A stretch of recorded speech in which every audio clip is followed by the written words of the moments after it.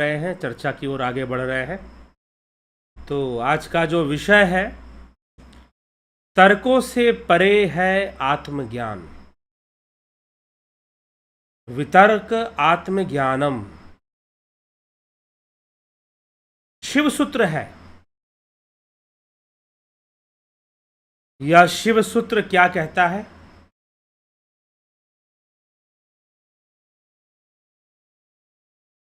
सत्रहवां शिव सूत्र।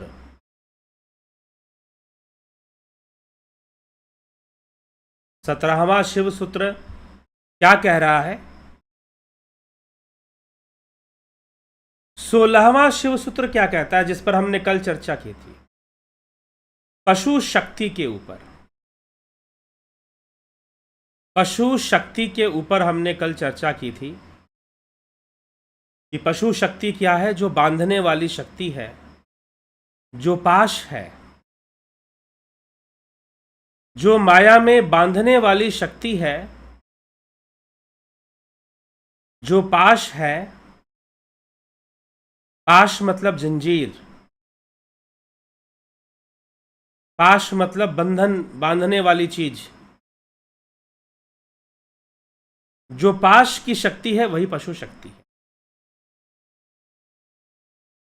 तो जो पशु शक्ति है वो सवितर्क है। उसमें चित्त वृत्तियां हैं, तर्क हैं, विचार हैं, भावनाएं हैं। जिसने आपको बांध के रखा हुआ है, यह पशु शक्ति है।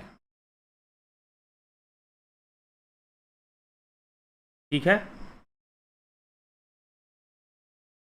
तो यहां पर 17वें सूत्र में पशु शक्ति की चर्चा करने के बाद 17वें सूत्र में लिखा जा रहा है वितर्क आत्मज्ञानम। वितर्क आत्मज्ञानम। अब हम इसको आज हम समझेंगे कि वितर्क आत्मज्ञान क्या है। वितर्क आत्मज्ञान क्या है? वितर्क आत्मज्ञान कहने का मतलब कि आत्मज्ञान जो है वो तर्कों से परे है। लेकिन वितर्क क्या है और तर्क क्या है? तो वैसे किसी शब्द में वी उपसर्ग लगने से उसका विरोधात्मक भाव बनता है। जैसे कि योग और वियोग, भक्ति और विभक्ति, भाजन और विभाजन।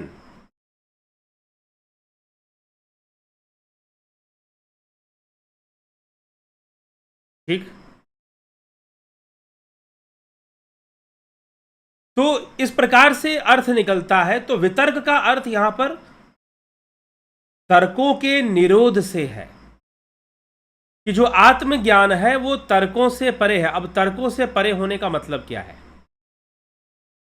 अब जितने भी तर्क हैं, जितने भी विचार हैं, जितने भी आइडियाज हैं, जितने भी आपके आइडियाज हैं संसार में, आपके ब्रेन में आती हैं, और जितने भी इमेजेस क्रिएट होती हैं, जितने भी प्रतिबिंब बनते हैं इंद्रियों के माध्यम से, हम कुछ देखते हैं, हम कुछ सुनते हैं, हम कुछ सूंघते हैं, कोई फ्रैग्रेंस, हम कुछ स्मेल करते हैं,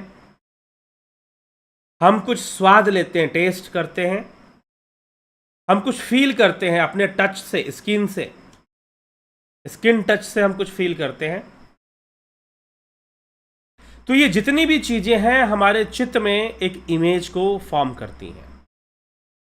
हमारे चित्त में एक इमेज को फॉर्म करती हैं, प्रतिबिंबित करती हैं वहां पर। ठीक है। तो प्रतिबिंबित करती हैं, तो वहां पर तर्क उत्पन्न होता है। तर्क कहां उत्पन्न होता है? चित्त में उत्पन्न होता है। इंद्रिय अनुभूतियों से और बुद्धि के मिलाप से, अहंकार, मन, बुद्धि, इन सब से मिलने के बाद तर्क उत्पन्न होता है।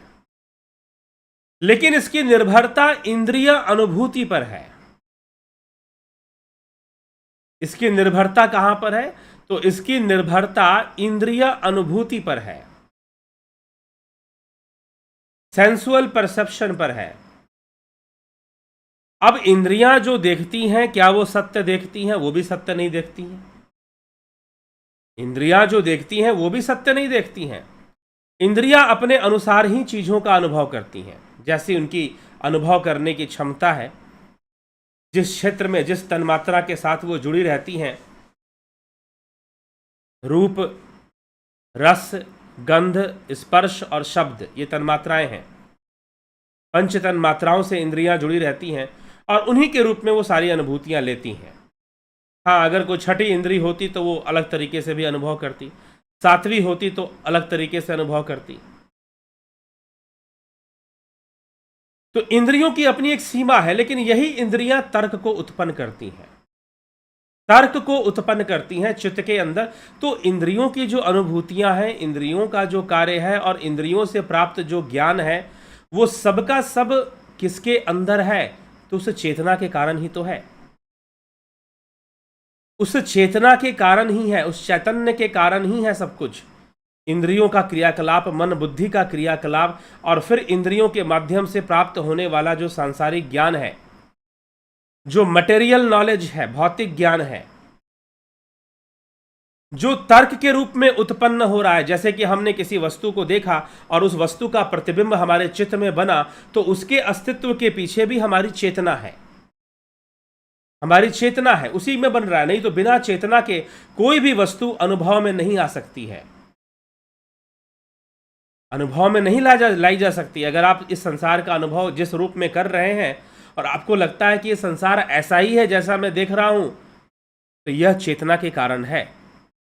और सच पूछो तो यह आपका सत्य है कि संसार ऐसा है, क्योंकि आपकी इंद्रियों की अपने देखने समझने की सीमा है और आप उसी सीमा के अंदर अपना जीवन व्यतीत करते हैं। आपकी सारी चॉइसेस, आपकी सारी प्रायोरिटीज, सब कुछ आपके सेंसेस पर ही डिपेंड करती है कि आपको सेंसुअल एक्सपीरियंस कैसा हुआ है। और sensual experience, sensual perception depend करता है आपकी सेंसेस की कैपेसिटी क्या है, आपकी इंद्रियां क्या देख सकती हैं, कितना देख सकती हैं, कितना अनुभव कर सकती हैं, उस पर आपका सेंसुअल परसेप्शन डिपेंड करता है। तो जो भी परसेप्शन आपको हो रहा है, जो भी अनुभूति आपको हो रही है, वह सब चेतना के साम्राज्य में हो रही है, चेतना से परे कुछ भी नहीं हो रहा। इसलिए चेतना सर्वव्यापी कहा गया है। जो कुछ है वो चेतना का ही है।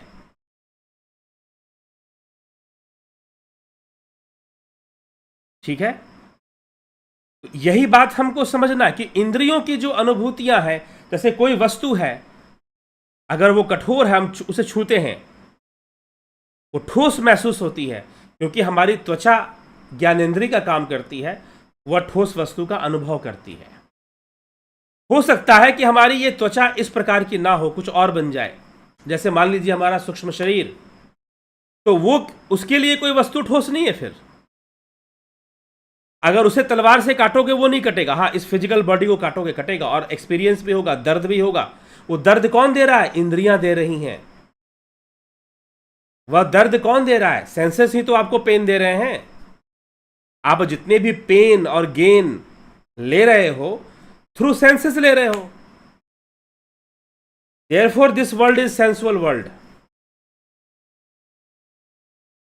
लेकिन हमारी एक सूक्ष्म अवस्था भी है, जिसको तलवार नहीं काट सकता, जिसको पानी नहीं भिगा सकता, अग्नि जला नहीं सकता। इस शरीर को जला देगा लेकिन उसको नहीं जला सकता। वो भी हमारी अवस्था है।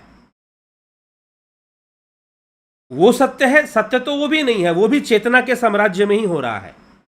तो चेतना के साम्राज्य में जितनी भी प्रतिबिंबित चीजें हैं, जितने भी प्रतिबिंबित चीजें हैं, जितने भी रिफ्लेक्टिंग चीजें हैं, जो थ्रू सेंसेस आ रही हैं, या फिर अपने आप चित्त जो है उनको रिफ्लेक्ट कर रहा है ड्रीम्स में, स्वप्न के अंदर रिफ्लेक्ट कर रहा है, जो है वो सब की सब आत्मा नहीं है, वो स्वयं कॉन्शियसनेस नहीं है, वो सब तर्क है। क्या है? तर्क है। तर्क मतलब वृत्ति है। यहां पर आप तर्क का अर्थ अगर पतंजलि योग सूत्र में, जैसे कि चित्त वृत्ति निरोध की बात की गई है, वृत्ति निरोध की बात कही गई है, अभ्यास वैराग्याभ्याम तन्निरोध, अभ्यास वैराग्य के द्वारा निरोध होता है वृत्तियों का, तो निरोध की बात कही गई है। तो यहां पर तर्क का अर्थ समझिए वृत्ति।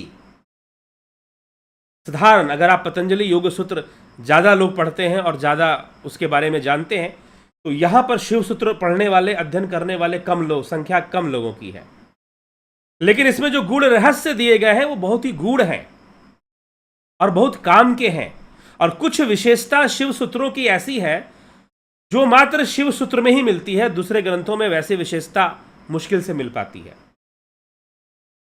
जैसे भोगी को वीर कहना, भोक्ता वीरेशः, ठीक। ऐसी कई बातें हैं जो बहुत प्रैक्टिकल हैं, बहुत व्यवहारिकता के स्तर पर हमें वो बातें सही नजर आएंगी कि हाँ बिल्कुल ये बातें सही चल रही हैं।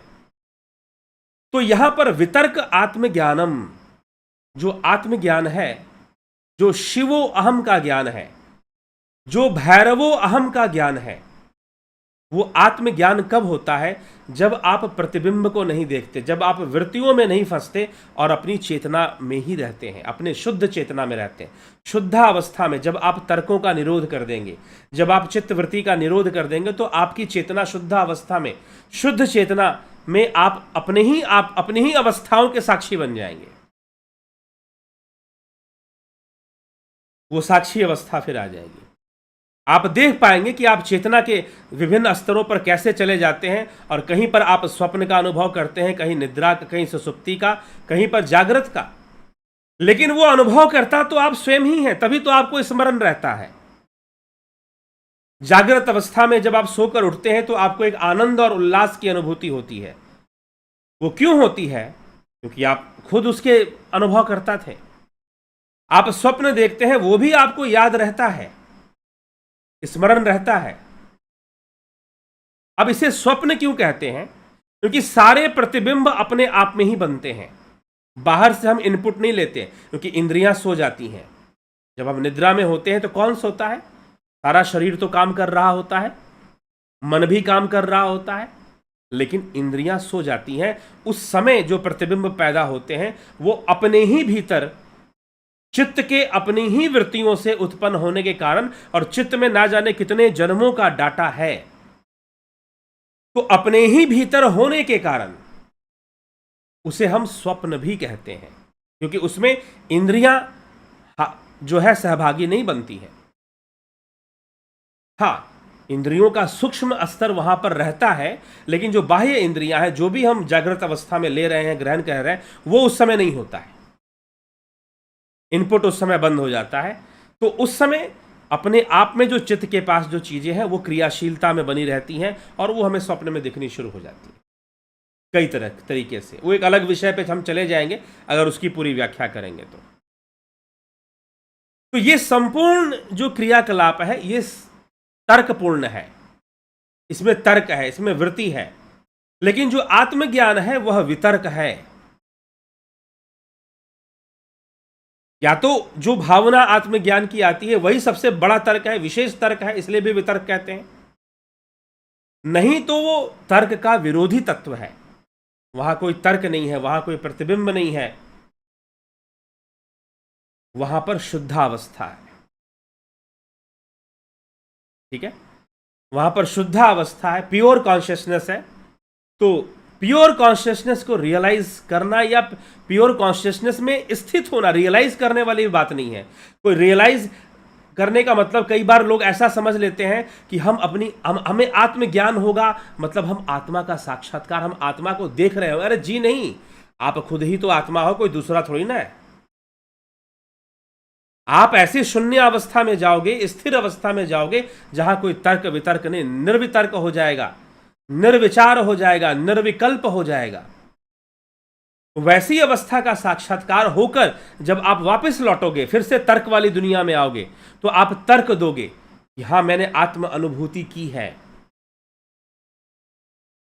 आप वहां पे तर्क देंगे कि मैंने आत्म अनुभूति की है, क्योंकि अब उसका एक भावना बन गई। और जब आप पूरी तरह से उस अवस्था में स्थित हो जाओगे तो समाधि को प्राप्त हो जाओगे, तो फिर समाधि को प्राप्त हो जाओगे। पहले तुम तुरीय अवस्था में आओगे कि हां, अब फिर तुम्हारा एक साक्षी भाव जागृत होने लगेगा, एकाग्रता बनी रहेगी, फोकस बना रहेगा स्वप्नावस्था में भी। और ऐसा हो सकता है अगर आप ध्यान योग करें।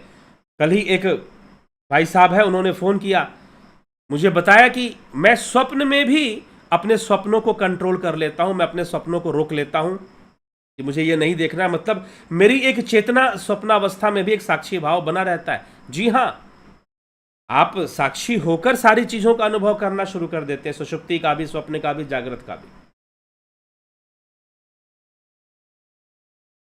ठीक है, तो वो एक अवस्था बनती है। और फिर कुछ भी देखने का दृष्टा भाव भी खत्म हो जाए। दृष्टा भाव ही तो बंधन है, दृष्टा भाव में ही तो बंधन आ जाता है, पहले दृष्टा के रूप में और फिर बाद में बंधन बढ़ जाता है।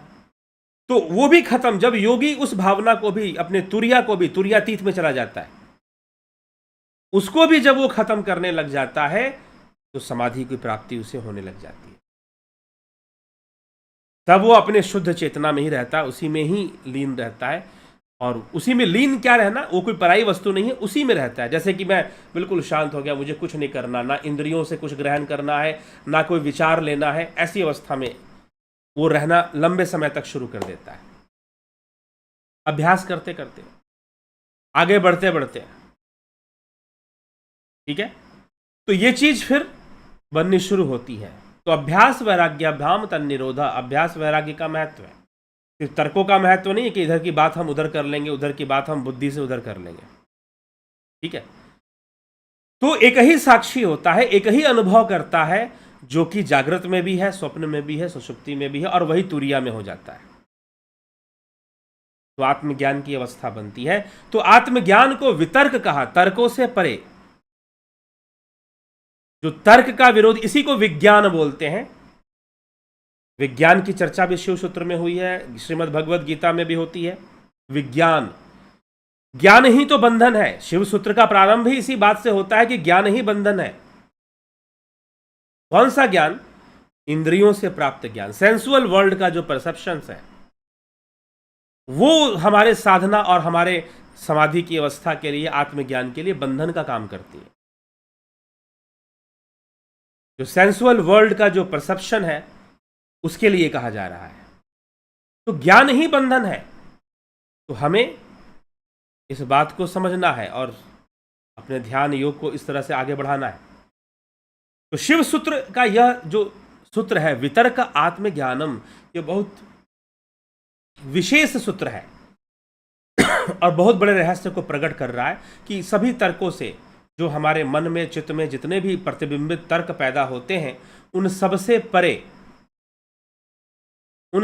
परे जो शुद्ध चेतना है, वो आत्मज्ञान है। और वहां पर कोई तर्क नहीं रहता। जब कोई तर्क नहीं रहता तो कोई इंद्रिय अनुभूति भी नहीं रहती।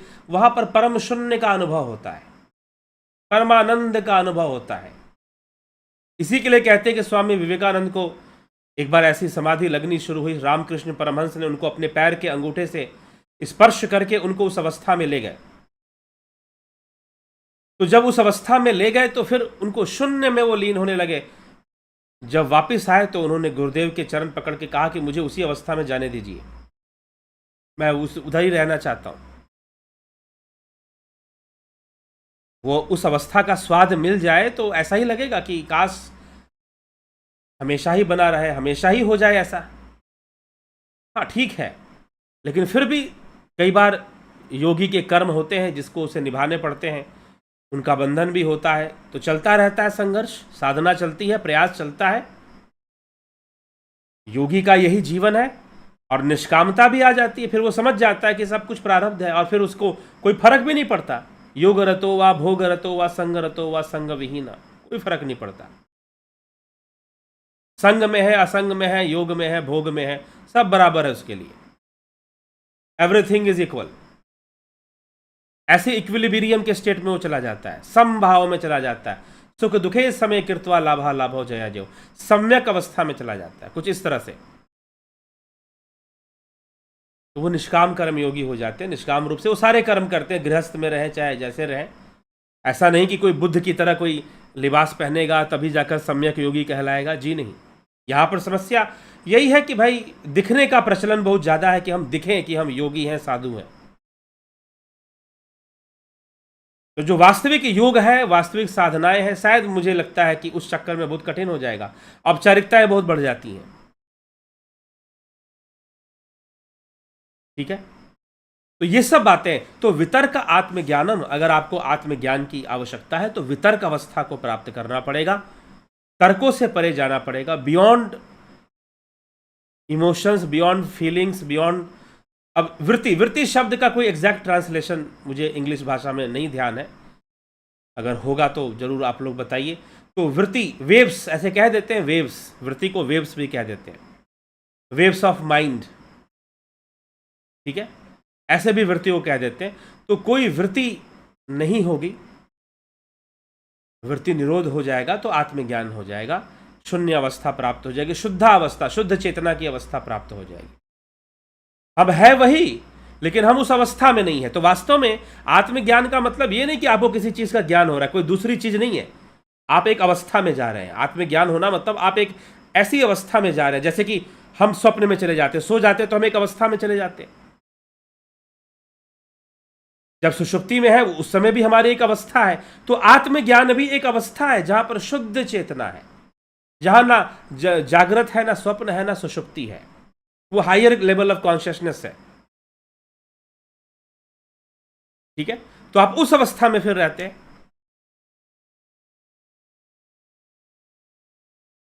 ठीक है, तो आप एक ही तत्व है जो सबका साक्षी है, लेकिन इसीलिए जब आप उस अवस्था से भी वापस आते हैं तो आप कहते हैं कि मुझे आत्म अनुभूति हुई है, मैंने शुद्धावस्था का अनुभव किया है, यही आत्मज्ञान है। नहीं तो आजकल बहुत सारी संस्थाएं जो भगवान दिखाती हैं कि आओ भगवान देखो, आओ भगवान देखो, पता नहीं किसको वो भगवान कहना शुरू कर देते हैं। ठीक है, वास्तव में वो जो शुद्धावस्था है वही है, वही ईश्वर, वही भगवान, वही ब्रह्म, असल में वही सब कुछ है। उसी में सब सारी घटनाएं उसी शुद्धावस्था में ही तो घट रही हैं, उसी में हो रही हैं सारी चीजें। लेकिन हम उसको ना देखकर हम किसको देख रहे हैं, और हम उसको क्या देखेंगे? हमें तो उस अवस्था में जाना है, तो हम देखना क्या है? फिर हमें बस चित्त वृत्ति निरोध करना है, इंद्रिय निरोध करना है, निरोधात्मक प्रक्रिया से हमें जुड़ना है। हमें क्या करना है? निरोधात्मक प्रक्रिया से हमें जुड़ना है, इस विषय पर हमें विचार करना है, और निरोधात्मक प्रक्रिया से जुड़कर हमें अपना कार्य करना चाहिए।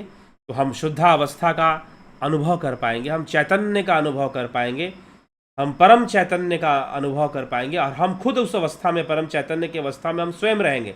इसीलिए कहा गया अहम ब्रह्मास्मि, शिवो अहम, नारायणो अहम, इसीलिए कहा गया। ठीक है, तो जिज्ञासुओं ये समझने की आवश्यकता है। तो तर्क निरोध से, तर्क वितर्क अवस्था से ही आत्मज्ञान होता है। इसलिए लिखा गया है वितर्क आत्मज्ञानम, वितर्क आत्मज्ञानम।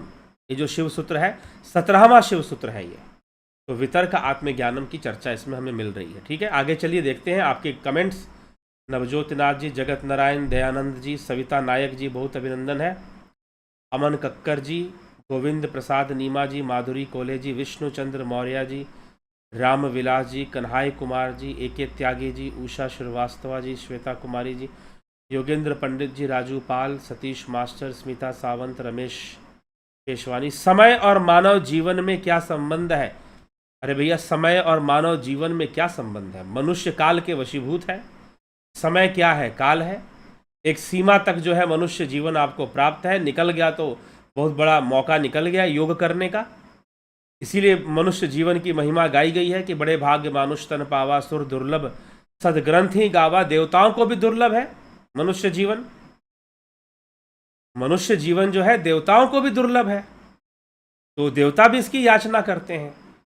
तो बड़े भाग्य से मनुष्य जीवन मिलता है। ये सब बातें लिखी गई हैं।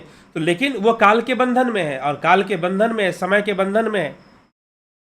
तो समय तक है, समय बीत जाने के बाद ये मनुष्य जीवन भी हाथ से छूट सकता है। इसलिए मनुष्य को चाहिए कि समय रहते ही अपने सारे कर्मों को करे।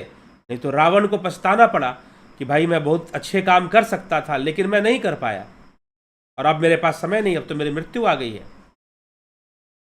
तो इसीलिए समय और मानव जीवन का यही समय काल है, और काल का बंधन जीव को होता ही है।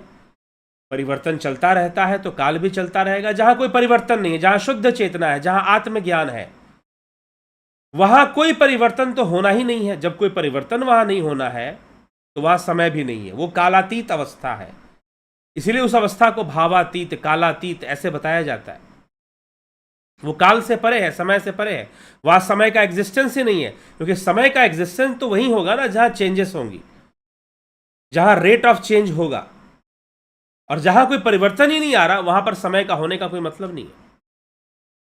इसीलिए कई बार समाधि में जाने वाले योगी या ध्यान में लीन होने वाले जो योगी साधक होते हैं, उनको समय का पता नहीं चलता कि कितना टाइम बीत गया, पता ही नहीं चला।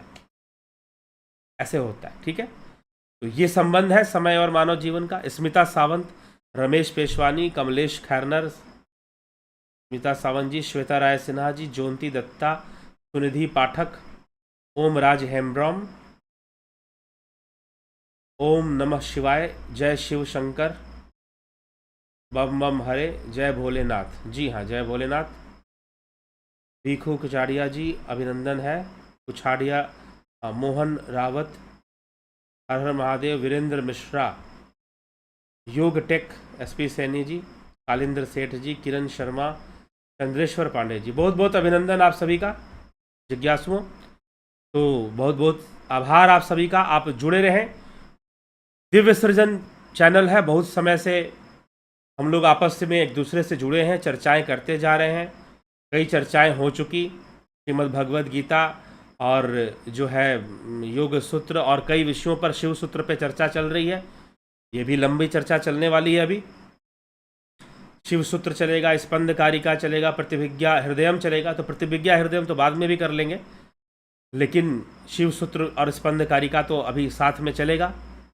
तो थोड़ी लंबी चर्चा तो है ये। अभी तो हम शिव सूत्र के शांभव उपाय पे ही चल रहे हैं। शांभव उपाय के बाद शाक्त उपाय और आणु उपाय पे चर्चा होगी, तो वो भी चर्चाएं हम करेंगे। और कई लोग बहुत लंबे समय से बने हुए हैं इस चैनल के साथ, लगभग नहीं भी तो 4 साल से यह चैनल, 4 साल से नहीं 2 साल से ही ज़्यादा एक्टिव है। सच्चाई बताएं आपको, 2020 से यह चैनल ज़्यादा एक्टिव है, ठीक है। लगभग डेली वीडियो आना, कभी गैप ना होना, इस तरह की चीज़ें चैनल पर चल रही हैं। उसके पहले कभी 6 महीने, कभी 2 महीने या महीने में 1 बार या 2-3 बार कुछ वीडियोस डाल दी जाती थी। हमेशा चीज़ें नहीं आती थी वीडियो वगैरह, ठीक है। लेकिन चैनल की तरह चलना, चैनल की तरह चलने का मतलब रोज ही कार्यक्रम कुछ ना कुछ होना चाहिए, और अलग अलग समय पर अलग अलग कार्यक्रम होने चाहिए, ऐसा लोग कहते हैं। लेकिन अब यहाँ पर तो एक ही उद्देश्य है हमारा, कोई चैनल चलाना या कोई अब कुछ लोग कहते हैं कि यूट्यूब या यूट्यूबर वाली बात कहते हैं। तो कोई यूट्यूब या यूट्यूबर बनने का भी कोई उद्देश्य नहीं है। यूट्यूब एक मंच है, जिस मंच के माध्यम से हम अध्यात्म और शास्त्रों को समझने का एक प्रयास कर रहे हैं। बस इतना ही मैं समझता हूँ, ठीक है। तो ये चीज़ है। लेकिन चलिए ठीक है, 1 लाख सब्सक्राइबर हुए, और उस 1 लाख सब्सक्राइबर के बाद जो यूट्यूब है उसने कुछ भेजा है हमको, पार्सल भेजा है, दिखाते हैं आपको। आप लोग को दिखाना जरूरी है क्योंकि आप यूट्यूब पर मुझे सुनते हैं। तो ये कोई सिल्वर बटन होता है जो आज पार्सल में यूट्यूब की तरफ से भेजा गया है, ठीक है। तो आप सभी लोग इसमें सहयोगी हैं इस चैनल को आगे बढ़ाने में, और इस एक तरह से ये एक आध्यात्मिक अभियान है। आप इसको आध्यात्मिक अभियान समझिए। अब मैं जो कर रहा हूँ, कोई अभियान चला रहा हूँ, कोई मिशन चला रहा हूँ, ऐसा कोई मेरा उद्देश्य नहीं क्योंकि मैं मिशन चलाऊँ, अभियान चलाऊँ और दुनिया बदल दूँ। दुनिया तो बदल रही है भैया, मैं क्या बदलूंगा, वो अपने आप ही बदल रही है। इसीलिए एक भाई साहब चिल्ला रहे थे हमारे गुरुजी सतयुग लेकर आएंगे, सतयुग लेकर आएंगे। जरूर ले आए, क्या नहीं लाएंगे तो नहीं आएगा, आएगा तो फिर भी वो नहीं लाएंगे, कोई दूसरा खड़ा हो जाएगा। तो यह तो आवश्यकता है मनुष्य की, द्वापर से सतयुग अपने आप आ जाएगा, बस क्षमा करें, कलयुग से सतयुग की ओर हम अपने आप चले जाएंगे, क्योंकि मनुष्य की प्रायोरिटीज बदल जाएंगी। कलयुग में मनुष्य की जो प्रायोरिटीज हैं, जो प्राथमिकताएं हैं, वो भोग प्रधान है। जो प्रायोरिटीज हैं वो भोग प्रधान है। किसमें? कलयुग में। लेकिन भोगों को भोगते भोगते वो समझ जाएगा कि भोगों में हमें शांति नहीं मिल रही है, और ज्यादा भोगों को, अभी देख लीजिए अमेरिका में एक घटना घटी कि स्कूल के अंदर जो है किसी शूटर ने वो अपने ही स्कूल में जाकर जो है बच्चों को, छोटे छोटे बच्चों की हत्या कर दी। क्या है भैया ये? कौन सा फ्रस्ट्रेशन है, कौन सा डिप्रेशन है जो बच्चों, छोटे छोटे बच्चों को मारकर क्या मिल रहा है? कहने के लिए आप बहुत डेवलप कंट्री और बहुत सारी सुविधाओं वाली जगह है, मानवीय, देखिए प्रकृति की अपनी सीमाएं हैं। नींद बहुत अच्छे बिस्तर खरीद लेने से नहीं आ जाती है, ठीक ना? नींद जो है बहुत अच्छे बिस्तर खरीद लेने से नींद नहीं आ जाएगी आपको। आपने बहुत अच्छा बंगला खरीद लिया, बहुत अच्छा बेड बना लिया, तो इसका मतलब ये नहीं कि नींद भी अच्छी आ जाएगी, वो अलग चीज है। मानवीय और प्रकृति की अपनी सीमाएं होती हैं, भोगों की अपनी सीमा होती है। आप चाहते हैं कि खूब भोग भोग लें। आपने देखा पिछले कई वर्षों में हमारे बॉलीवुड के कई स्टार और कैसे कैसे ड्रग एडिक्शन की बातें, ड्रग का व्यापार, ये सब बातें। क्या जरूरत है? आपके पास तो इतना धन है, इतना नाम है, शोहरत भी है, फिर भी आपको मजा नहीं आ रहा जिंदगी में। और मजे लेने के चक्कर में अब आप चले जाते हैं हेरोइन को पीने के लिए, आप चले जाते हैं स्मैक को पीने के लिए, ठीक है? तो समाज, मानवीय सीमाएं जो हैं वो बहुत, आप कहीं भी दुनिया में चले जाए, कितनी भी सुविधाएं इकट्ठा कर लें आप, जो प्रकृति जो आपको बांधती है वो बांध ही लेगी, वो आपको सीमित कर ही देगी, ठीक है? तो जब मनुष्य भोग प्रधान जीवन जीते जीते जब खुद जान जाएगा, समझने लगेगा कि भाई ये भोग तो बहुत परेशान कर रहे हैं और ज़्यादा हम मटेरियलिस्टिक हो जाते हैं। अब आदमी परेशान क्यों नहीं होगा जब वो बहुत सारे इस तरह से उसका व्यवहार और उसके जो संबंध है, रिलेशनशिप्स हैं और जो व्यवहार है अत्यधिक भोगी प्रवृत्ति का हो जाएगा, अत्यधिक एक्स्ट्रा मटेरियल हो जाएगा, तो फिर क्या होगा? आप भोगों से परेशान हो जाएंगे, और परेशान हो जाएंगे और आपको लगेगा कि ये भोग मुझे शांत नहीं कर पा रहे, ये मुझे आनंद नहीं दे पा रहे। आपको रास्ता ढूंढना पड़ेगा। आप ड्रग्स लेंगे, ड्रग्स में भी कितना ड्रग्स लेंगे, वहां से फिर भागने का मन करेगा।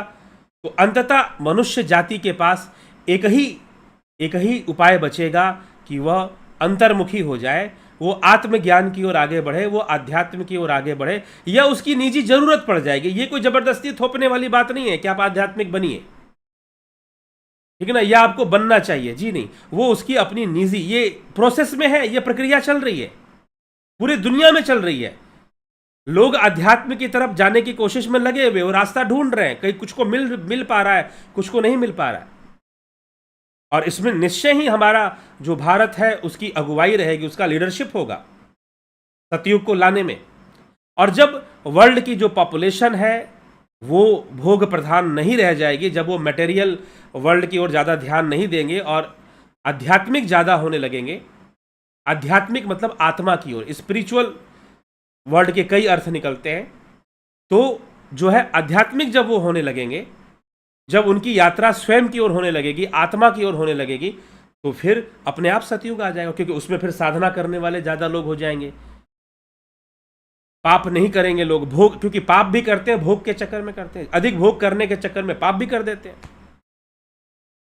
ये चीज हो जाएगी, तो अपने आप सतयुग आएगा। फिर तो सतयुग की ओर हम कदम आगे बढ़ा ही रहे हैं, हम बढ़ा ही रहे हैं कदम, वो तो चल ही रहा है, वो परिवर्तन होना ही होना है, वो निश्चित है, वो एक साइकिल में है, वो चेंजेस अपने आप आएंगी ही आएंगी।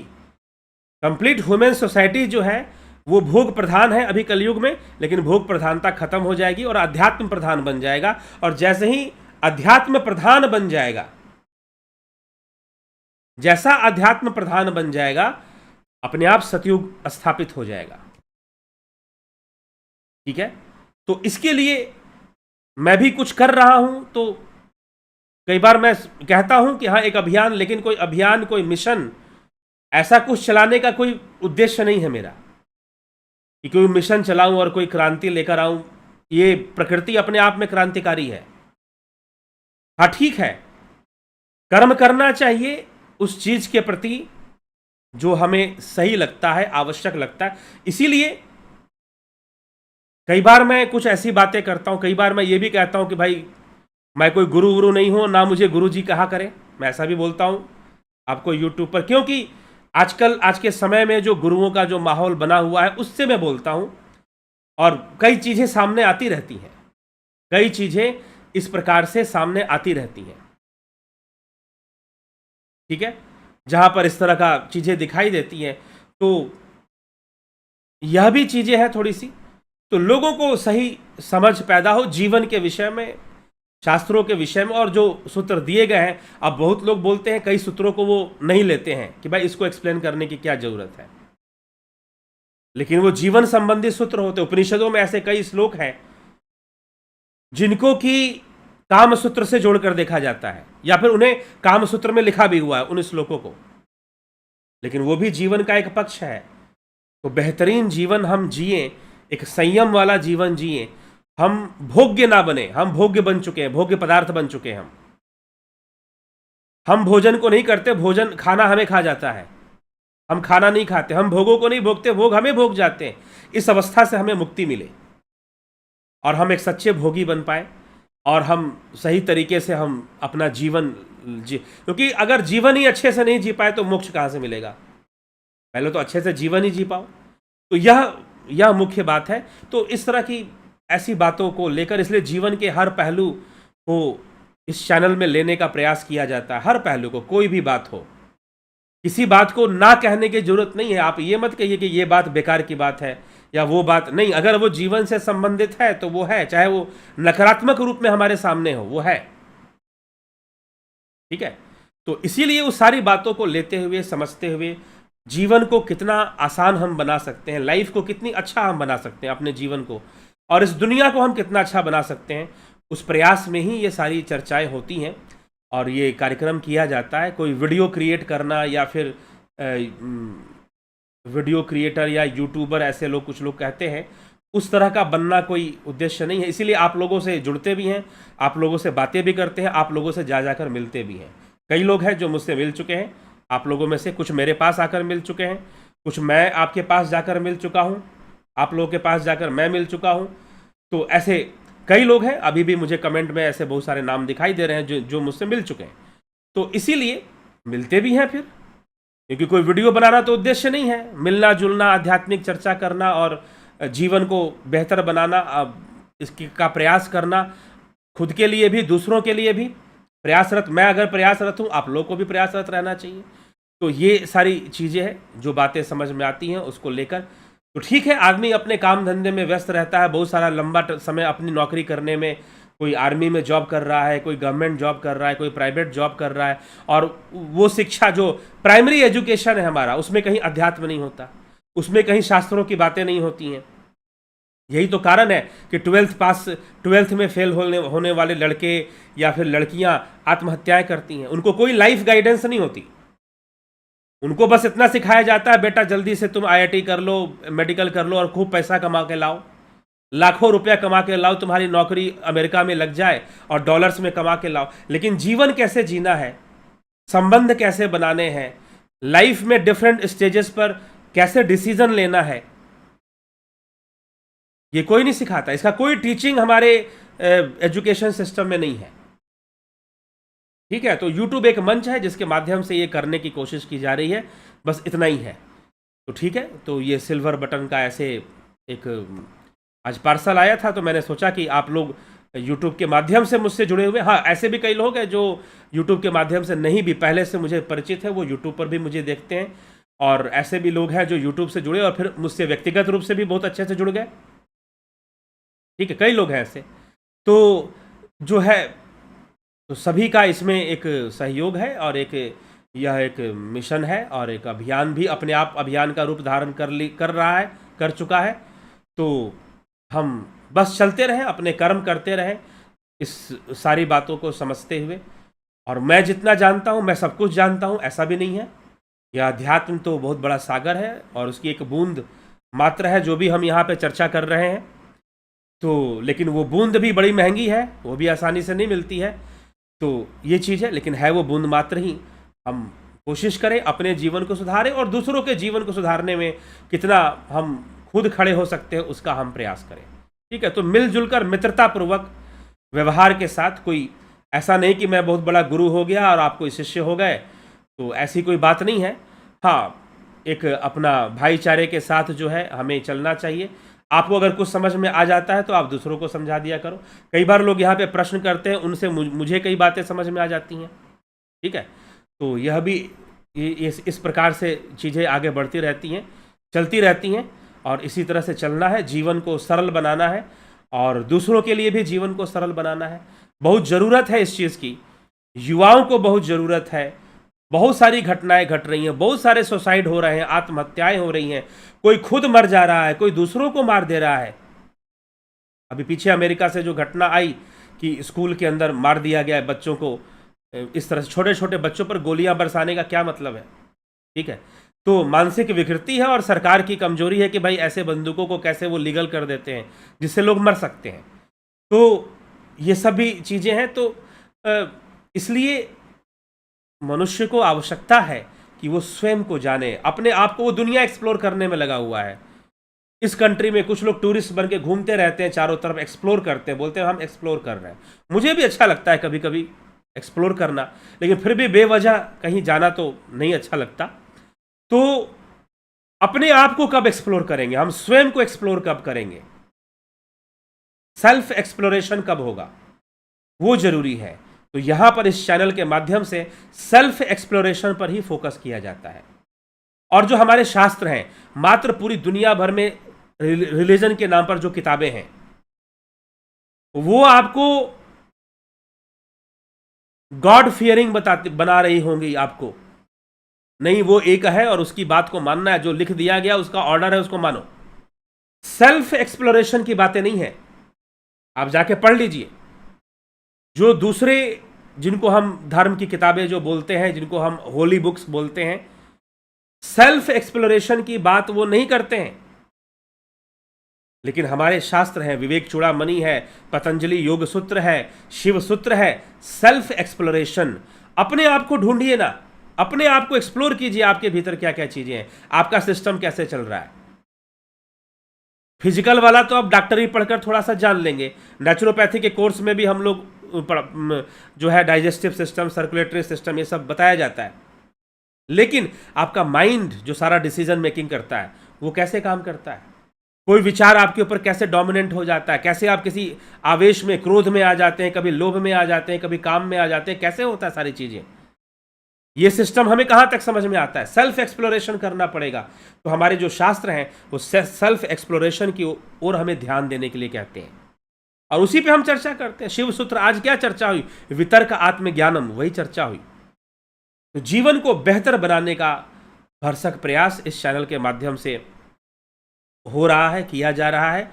आप सब भी इसमें सहभागी बनकर इसका लाभ उठाएं और इस अभियान में भी जुड़ें। इसको आगे बढ़ाने में भी अगर सहयोगी बन सकते हैं तो बहुत अच्छी बात है। कई लोग इसमें भी सहयोगी हैं, कई लोग हैं जो कि इसमें भी सहयोगी हैं और वो कुछ ना कुछ डोनेट करते रहते हैं कि हाँ भाई ये अभियान बढ़ना चाहिए, यूट्यूब पे चल रहा है तो ऑफलाइन प्रोग्राम्स भी होने चाहिए, उसके लिए भी प्रयासरत रहते हैं।